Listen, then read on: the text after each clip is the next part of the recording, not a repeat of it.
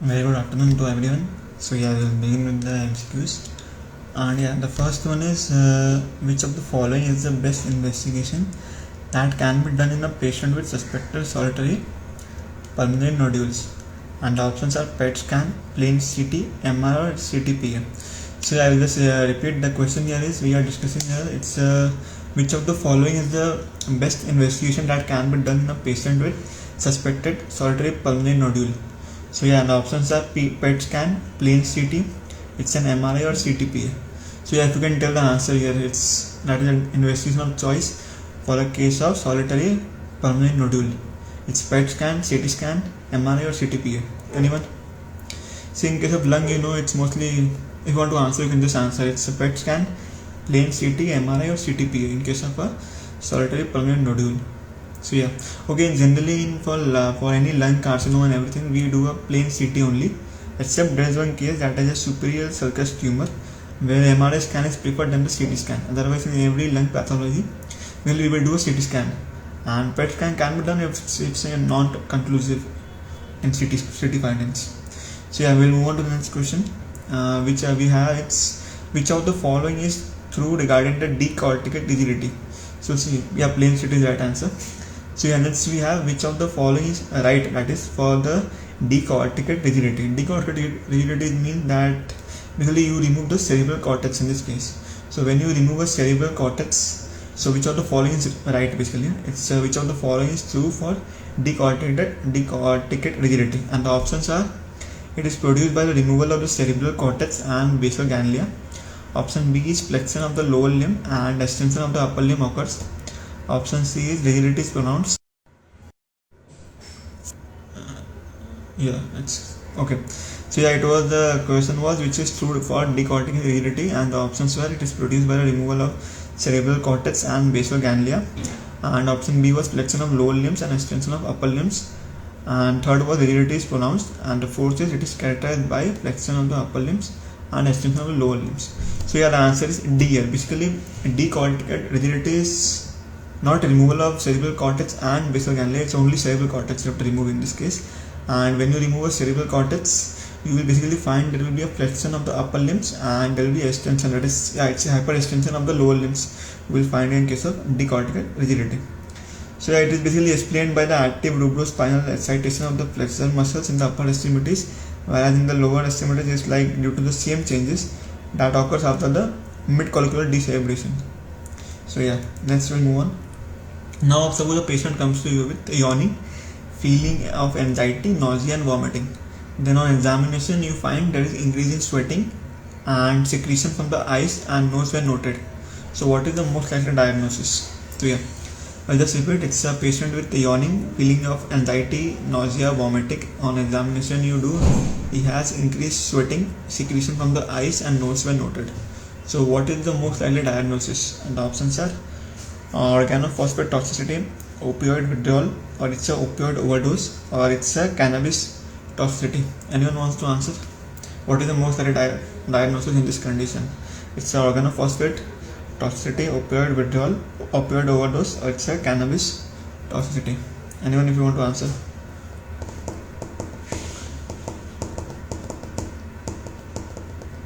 Okay, the answer here is basically its answer is B, that is opioid withdrawal. So whenever you have a opioid withdrawal, we have all these conditions like we have anxiety, nausea, vomiting, sweating, secretion, over secretion from the eyes and nose will be noted in this condition. So it's a normal in case of opioid withdrawal. It's irritability and all that will be there in opioid withdrawal. So feeling of anxiety, yawning, lacrimation, diaphoresis, rhinorrhea, myalgia, mydriasis, nausea, vomiting, diarrhea and all that will be there. So how will you treat? It's basically you have to give now you have to give a symptomatic, it's a opioid withdrawal, and in this case you have to give a symptomatic treatment, but you have to also give a daily administration of a verified dose of methadone you have to give. PO is recommended to inhibit the withdrawal symptoms and reduce craving. So and clonidine also you can give. Central alpha 2 agonist you have to give, that is clonidine, as well as and symptomatic treatment you have to give. So next we move on. Now it's a OBG. So the case is basically it's a patient with at 34 weeks of gestation presented with placenta previa. So which of the following is false regarding placenta previa? The options are it's a painful recurrent vaginal bleeding is seen. Option B, the size of uterus corresponds to the gestational age. Then we have uterus is relaxed or it's a floating head can be palpated in this case. So I repeat, it's a 34 weeks gestation, placenta previa, which is false. Your uterus tell. So it's a painful recurrent vaginal bleeding. It's painful, I don't think so. Okay, just tell me the answer here. The size of the uterus corresponds to the gestational age. Uterus is relaxed or it's a floating head can be palpated. So yeah, if you can answer this. So yeah, I got the right answer. Anyone? It's a painless basically, it's not painful.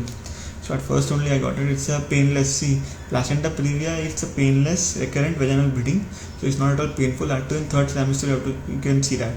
And yeah, the size of the uterus will correspond to the size of the uterus will correspond to the gestational age. I don't think so. See, it's like floating head will be seen. Scalability sign is there. Clinical findings. Yeah, painless. It will be painless. That is for sure. But yeah, size of the uterus correspond to gestational. Yeah, but it will be. Which of the following is false? Uterus is relaxed, no tenderness, size proportional to the period of gestation. I think both are right only. I think they are given wrong here. A and B both are right because uterus is relaxed, soft, no tenderness, size will be proportional to the period of gestation. So yeah, it's right only. That's why. Yeah, A is the right answer. Next we move on. It's a case of which of the following vitamins serves as a cofactor of the enzyme and glycogen phosphorylase, and the options are vitamin B1, B6, B2, C. I will repeat, which of the following vitamins serves as a cofactor for the enzyme glycogen phosphorylase. Options are vitamin B1, B6, B2 and vitamin C. Anyone? And glycogen phosphorylase.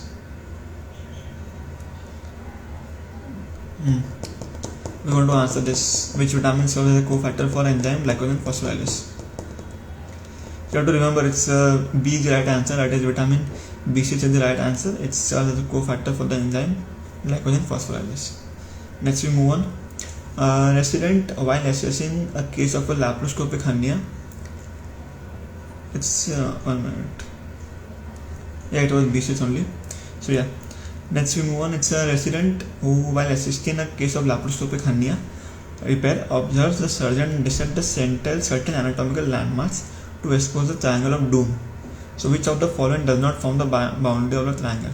So basically they are asking which of the following does not form the boundary of the triangle of doom, and the options are gonadal vessels, vas deferens, Cooper's ligament, or it's a peritoneal deflection. So yeah, if you know the triangle of doom, you can answer this. Which of the following does not part of the triangle? Gonadal vessels, vas deferens, Cooper's ligament, or it's a peritoneal deflection. So yeah, anyone? Okay, the answer here is basically C is the right answer. Cooper's ligament does not form the boundary of the triangle of doom, and the boundary is basically formed by all that. It's suppose medially is vas deferens, laterally is spermatic cord, and whereas inferiorly is peritoneal deflection. So you have to imagine the diagram here. It's like a medially vas deferens, inferiorly you have the peritoneal deflection, and laterally is the vessels of the spermatic cord, that is gonadal vessels will be there. So yeah. Next triangle boundaries are tough to remember. Yeah, I know it's, but yeah, we have to remember it's inferiorly I will tell it was peritoneal deflection, medially it was vas deferens, and laterally gonadal vessels. So yeah. So next we have, what is the most common cause of intestinal obstruction in children younger than 2 years of age? I think this second you can tell. What is the most common cause of intestinal obstruction in a children younger than 2 years of age? Options are adhesions, congenital hernia, volvulus, or it's a interception. So yeah, I repeat, it's most common cause of intestinal obstruction in the children less than 2 years. Options were adhesion, congenital hernia, volvulus, or interception. You can just think and tell. What is the answer here? Interception. Yeah, interception is the right answer. I thought mea colon will be there, but yeah, it's the most common intestinal obstruction is interception is the right answer. D is the right answer. It occurs when the segment of the intestine constricted by a wave of peristalsis and telescopes into immediately the discal. Yeah, it is idiopathic in younger age, and it is however associated with viral infection and rotavirus vaccine. So yeah, it's D is the right answer. Most common intestinal obstruction is interception in case of children less than 2 years. Next we have, which of the following is correct about the POPQ classification system? So yeah, you need to know what is a, yeah, D was the right answer. So yeah, you should know what is the POPQ classification system. Then only you can tell. So I'll repeat which is correct. That is option A is stage 4 involves the complete eversion of the vagina. In stage 3, the leading point is 1 centimeter above the hymen. And option C is 5 reference points are present in the vagina. Or option D, the points above the hymen are described as plus. Anyone wants to answer? It's a classification, POPQ classification. That is a pelvic organ prolapse. Yeah, it's a pelvic organ prolapse. It's described by the International Continence Society and all that is there. But yeah, it's from stage 0 to stage 4. So yeah, if you can tell the answer here.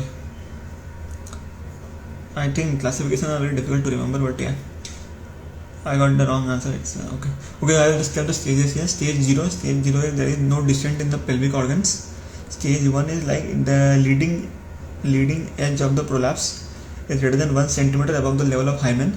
Stage 2 is basically less than 1 centimeter proximal to or distal to the hymen. Or the stage 3 is the leading point of the prolapse is greater than 1 centimeter below the hymen but protrudes no further than 2 centimeter less than the total of the vagina. And stage 4 is a discomplete eversion will be there of the vagina. So yeah, it's a pelvic organ prolapse classification. So you have to remember from all that, from stage 0 to stage 4. It's difficult if you know it's nothing is difficult. Okay, and next we have it's results of various studies carried out to study the role of smoking in a breast cancer plotted below. Identify the plot. It's an image based question. I cannot just. Okay, basically it's a. I can just tell the answer here. The answer is forest plot. So yeah, we are discussing it's a case of it's a basically PSM case, and what we are discussing is a forest plot, and the image shown is the forest plot for plotting the results of a meta-analysis. So yeah, I cannot show you the image here, so it's no point of discussing. Yeah, it's a easy one. Which of the following is the most common complication following at acute rhinosinusitis? And the options are orbital cellulitis, meningitis, osteomyelitis, or it's a septicemia. I repeat, which of the following is the most common complication following the acute rhinosinusitis? It's orbital cellulitis, meningitis, osteomyelitis, or it's a septicemia. So yeah, if you know, most common. I don't think septicemia and meningitis. Anyone wants to answer this?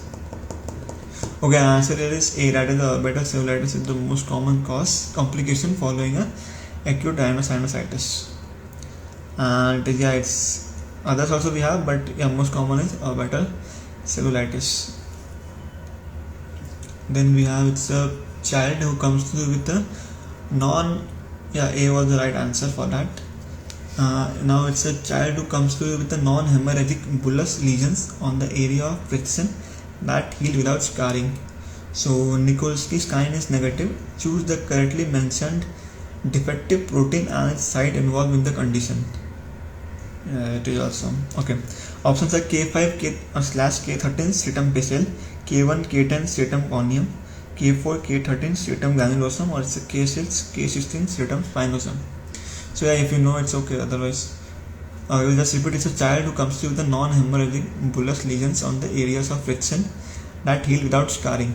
So Nikolsky's kind is negative in this case, and choose the correctly identified defective protein and the site of its involved condition. So K5 K14, that is the stratum basal, K1 K10 stratum corneum, K4 K13 stratum granulosum, or it's a K6 K16 stratum spinosum.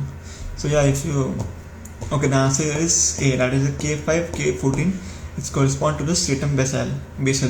So yeah, and the scenario which we are talking here is basically epidermolysis bullous simplex we are discussing, and it's associated with mutation of K5 K14. So yeah, it's like a full chart they have given for keratin dimer. So if you can remember, it's good only. But yeah, you have to just remember what your diagnosis. And diagnosis here is epidermolysis bullosa simplex. And in epidermolysis bullosa simplex, yeah, what we see is we see a non-hemorrhagic bullous lesion, and that is on the areas of friction that heal without scarring. And Nikolsky's sign will be negative in this case. Next we move on. It's a patient is diagnosed with the anterior shoulder dislocation after a fall. So you are about to reduce the dislocation using Kochner's maneuver. So what is the order of steps you will follow to do this? And the options are: first is you will do a traction, external rotation, abduction, medial rotation. Second is traction, extension, adduction, medial rotation.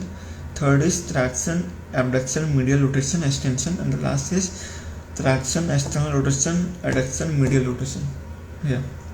So it's a case of anterior shoulder dislocation after a fall, and you are doing a Kocher's maneuver. So yeah, if you can do what are the following steps: traction, external rotation, abduction, medial rotation, or traction, extension, adduction, medial rotation, or traction, abduction, medial rotation, extension.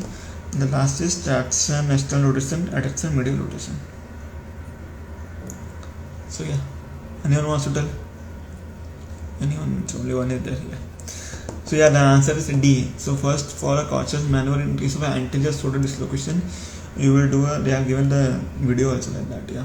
Okay, what you will do? You will do a traction first, then external rotation, adduction, and medial rotation. So yeah, you have to remember the full part. It is used for anterior shoulder. We can also use Simpson-Javiti method or a Hippocratic method. So yeah, but Kocher's maneuver, you have to remember, it's basically you will do a traction. After traction, external rotation. Just imagine, then only you can just think. Traction, external rotation, adduction, and then again medial rotation. I don't know. Just move out and move in like that. Next we move on. It's a 63-year-old man with a 2-month history of fatigue, fever, and night sweats. On examination, generalized painless lymphadenopathy and splenomegaly were noted. Investigation reveals the following: that is, hemoglobin they have given 10, WBC is like 1,50,000, platelet is 2,50,000, and the immunohistochemical studies are CD19 plus, CD20 plus, CD21 plus, CD22 plus, CD23 plus, sorry, CD23 minus, and CD5 plus. So yeah, what are the diagnosis basically? I'll just repeat: 63-year-old, 2 months history of fever, fatigue, night sweats, generalized painless lymphadenopathy, splenomegaly, and all that what I told, HB and all that. WBC is very high, that is 1,50,000 WBC.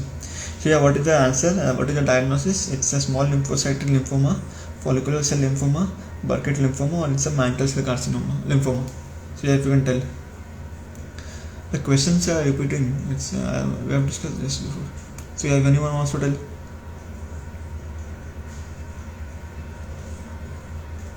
So okay, see, basically there is a lymphadenopathy, it means lymphoma will be there. So all options are lymphoma only.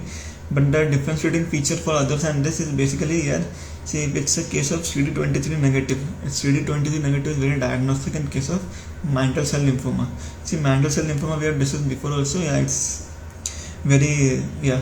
So CD23 negative will be in mantle cell carcinoma lymphoma, whereas CLL and all that SLR will be positive. So only differentiating point between others and this is CD23. So CD23 will be negative in case of mantle cell lymphoma. So moving on to the next question. Now we have a bone marrow examination is been planned for a patient with AL amyloidosis.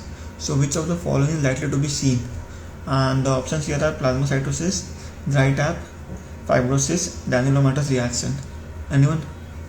We are doing a bone marrow examination for the patient with AL amyloidosis. So which of the following is likely to be seen? Plasmacytosis, dry tap, fibrosis, granulomatous reaction. If you want to answer this, amyloidosis is, yeah. Okay. See, dry tap and fibrosis are not we won't be seeing, but the correct answer is A, that is a plasmacytosis. Granulomatous reaction we don't see. It's not TB or like that. So why we will see granulomatous reaction? No, we don't see granulomatous reaction here. So yeah, what we see here is it's a plasmacytosis we basically see in case of AL amyloidosis. So yeah, it's AL type of amyloid or primary amyloidosis is associated with immunocyte dyscrasias like multiple myeloma or B cell neoplasms. So the answer is plasmacytosis you will see in this condition. Next we move on. It's a drug solution containing, it's a biochem I think, yeah. It's a drug solution containing 500 mg per 5 ml of a drug is given to you. Okay, then you are provided with a 2 ml syringe having 10 divisions for each ml. So how many divisions of the 2 ml syringe need to be administered to deliver 180 mg of the drug to the patient? Options are 1.8, 10, 14, 18. So anyone, it's a drug containing 500 mg per 5 ml of the drug is given to you. You are provided with a 2 ml syringe and are to having 10 divisions per ml. So how many divisions of the 2 ml syringe need to be administered to deliver 180 mg of the drug to the patient. 1.8, 10, 14 or it's 18. So yeah. So basically the concentration of the drug given is 500 by 5 or it is 100 mg. So yeah, it's 100 mg per ml they have given to you, and then it's 180 mg of the drug X, which is 1.8. So yeah, 100 ml is given in that is 100 ml in that is 100 mg in 1 ml. So it's basically you have to give 180 mg. So 180 mg in that is 180 by 100, that is 1.8 ml. So yeah, that is 18 divisions. It's easy if you know. So next we move on. It's what is the drug of choice for scuff typhus during pregnancy and otherwise respectively. So the options are chloramphenicol, doxycycline, azithromycin, or it's azithromycin, doxycycline. So I repeat, what is the drug of choice for scuff typhus during pregnancy and otherwise respectively? Chloramphenicol, doxycycline, azithromycin, or it's azithromycin, doxycycline. So yeah.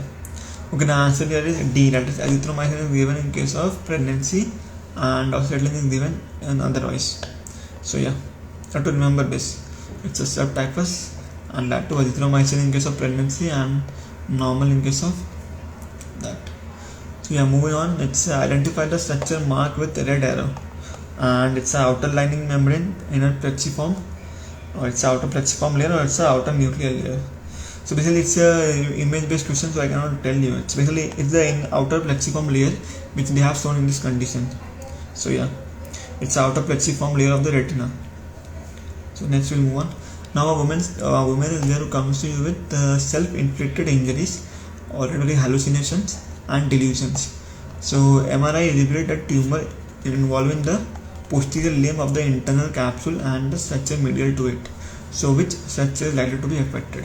So yeah, let's repeat the question. The question is, a woman comes to you with a self-inflicted injuries, auditory hallucination and delusion. So MRI revealed a tumor involving the posterior limb of the internal capsule and the structure medial to it. So which structure is likely to be that? It's a globus pallidus, putamen, thalamus, or it's a choroid nucleus. Anyone, if you know the anatomy of the internal capsule, you can just tell posterior limb of the internal capsule and structure medial to it. Okay, the answer here is C is the right answer here. Basically you have to think about it's a tumor associated with psychosis. Yeah, because they are telling for tumor also. So yeah, it's a tumor associated with psychosis, and in this case it's a thalamus. Why thalamus? Because if you see the anatomy, you will have the picture in mind, you can just tell. But yeah, if you see the anatomy, it's basically thalamus is seen. It's being the posterior limb of the internal capsule and the structure medial to it's a thalamus only. So yeah, next we move on. Next we have, it's a 25-year-old woman complains of a creepy crawling sensation in her leg. Yeah, it's a good one. It's a creepy crawling sensation in her leg. It is more at the night and prevents her from sleeping. So she is relieved of these symptoms by either walking or moving her legs. So which of the following drug is used in treating this condition? Pramipexole, gabapentin, vitamin B12 or iron tablets. You can just tell me a diagnosis if you know. I'll just repeat. It's a 25-year-old woman. She complains of creepy crawling sensation in her legs more at the night and prevents her from sleeping. So she is relieved by these symptoms by either walking or moving her legs. So which of the following drugs is used in this condition? So anyone can tell a diagnosis if you want. And the options are pramipexole, gabapentin, vitamin B12, iron tablets. So yeah, anyone? Okay, it's I will just tell the diagnosis first. Diagnosis is basically it's a restless leg syndrome. So in restless leg syndrome we think like this, and it's a dopamine agonist, such as the answer is A, that is the pramipexole we use in case of a restless leg syndrome. So yeah, it's basically characterized by subjective uncomfortable. C, it's not vitamin B12. I also thought that vitamin B12, but no, it's not vitamin B12. It's a case of restless leg syndrome, and it's characterized by subjective uncomfortable creepy crawling sensation in the leg, and it is more at the night and causes profound insomnia, and discomfort is relieved by walking or moving the legs. So yeah, the answer here is pramipexole, that is the dopamine agonist is the right answer. And yeah, so yeah, B12 deficiency doesn't will not cause all these symptoms. There will be neuropathy will be there in the beta deficiency, but yeah, all the symptoms is specific for a restless leg syndrome. So yeah. Next we have the identify the device shown. It's basically it's an anesthesia, it's a circuit.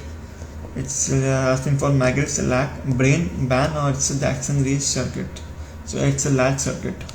So you have to remember anesthesia. Basically, what they will give you, they will just give you the circuit and they will ask identify the image that they have given.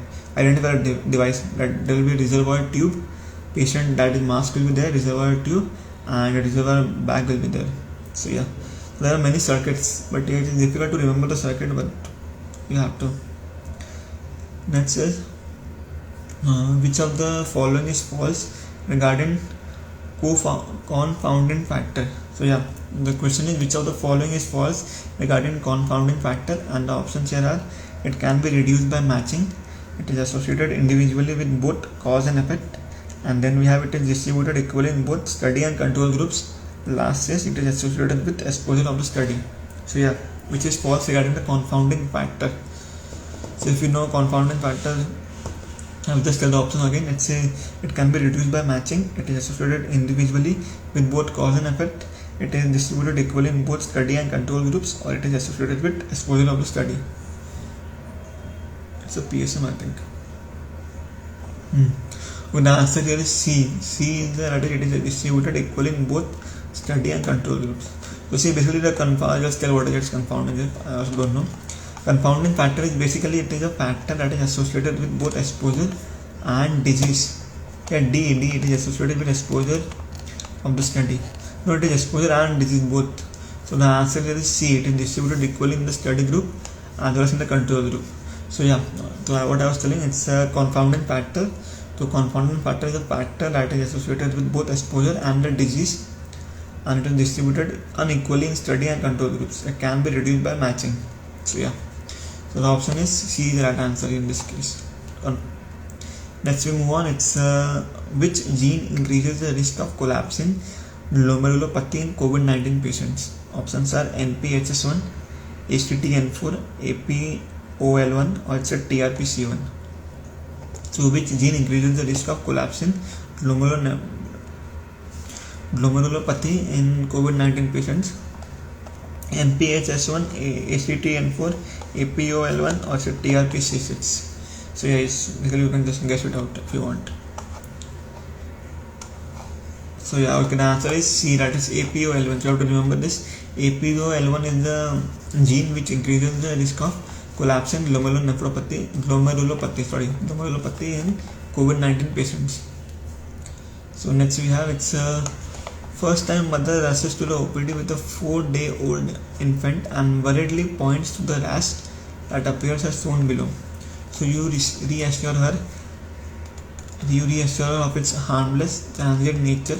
On microscopic examination, these papular lesions on the erythematous base will reveal eosinophils, neutrophils, giant cell, or lymphocytes.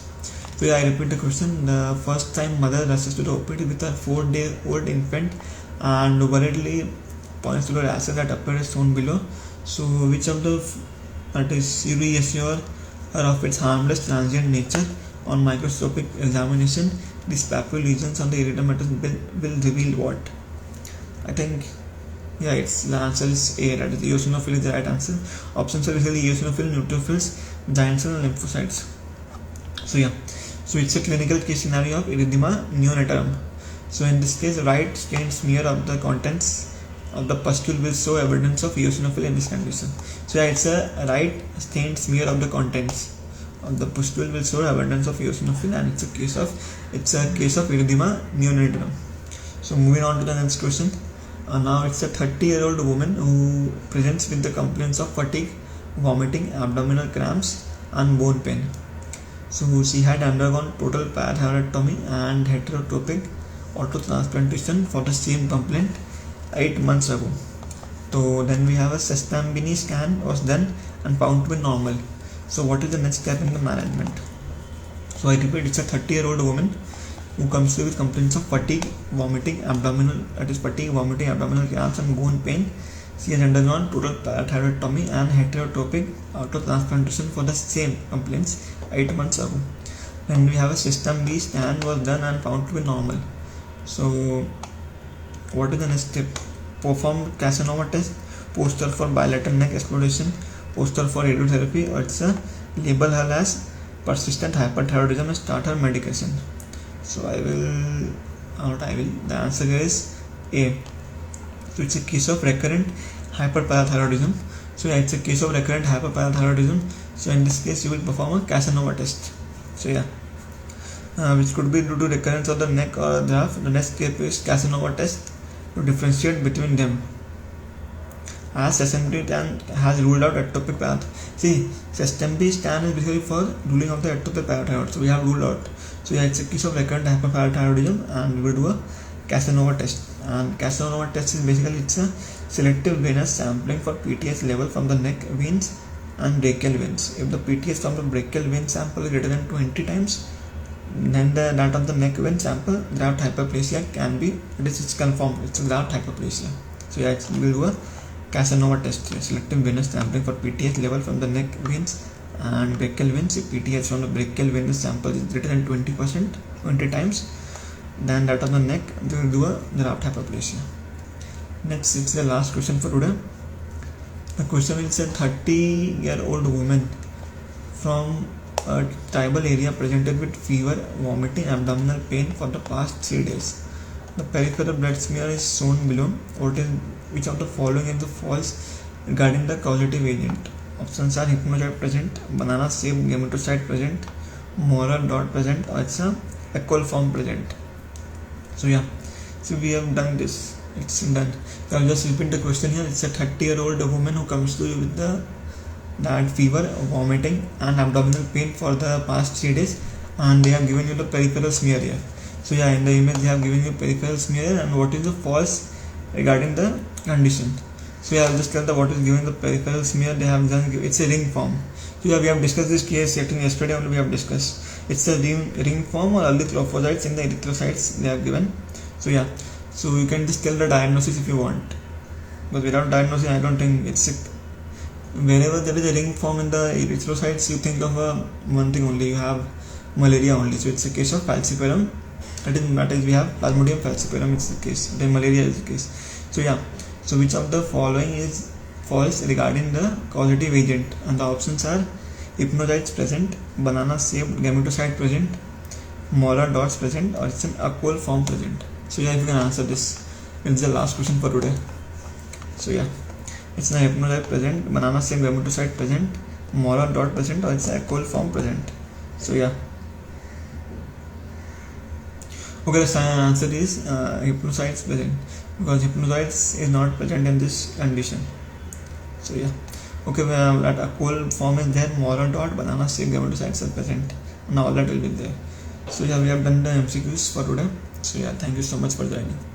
Take care.